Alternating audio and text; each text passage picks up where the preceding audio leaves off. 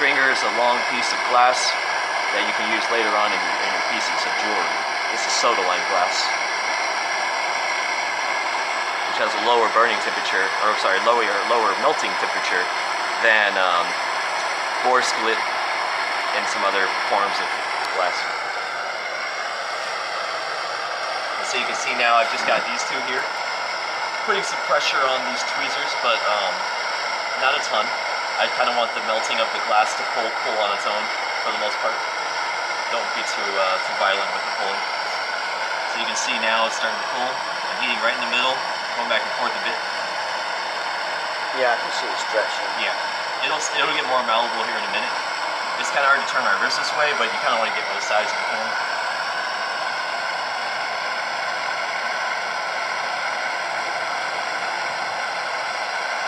There you go. And it turns into kind of like a honey consistency. You'll feel it for sure. And when you just don't pull so hard. When it turns to that honey feel, go for it. When it stops, hit the spot that you want to stretch out. For example, right here, keep the camera right there, and you'll see when I pull this here that I'm not targeting the middle so much right here, but just off to the side, because I know that the thinner part's gonna already be hot enough.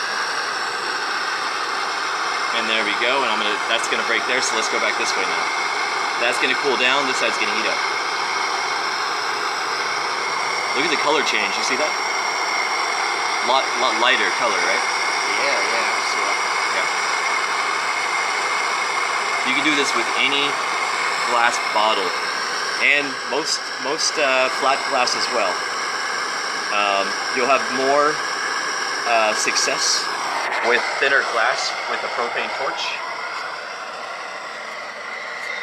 And if you have a propane oxygen setup, you have high enough temperature to pretty much do what you want with any glass. Alright, let's go back over this way now.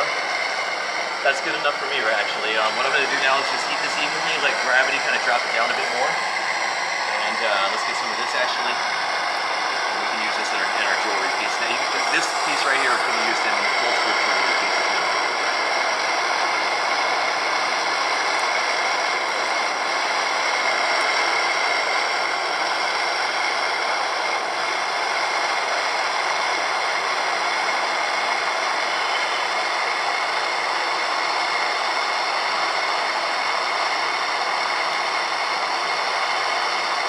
And we can always go back later and get the width a little bit more uniform. You can see it's what we want to be doing.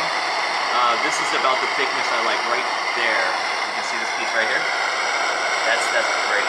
So when this dries out, or cools down, I can always go back and hit up this one, and this one, and just make them a bit more the same width. All right, that's it for now.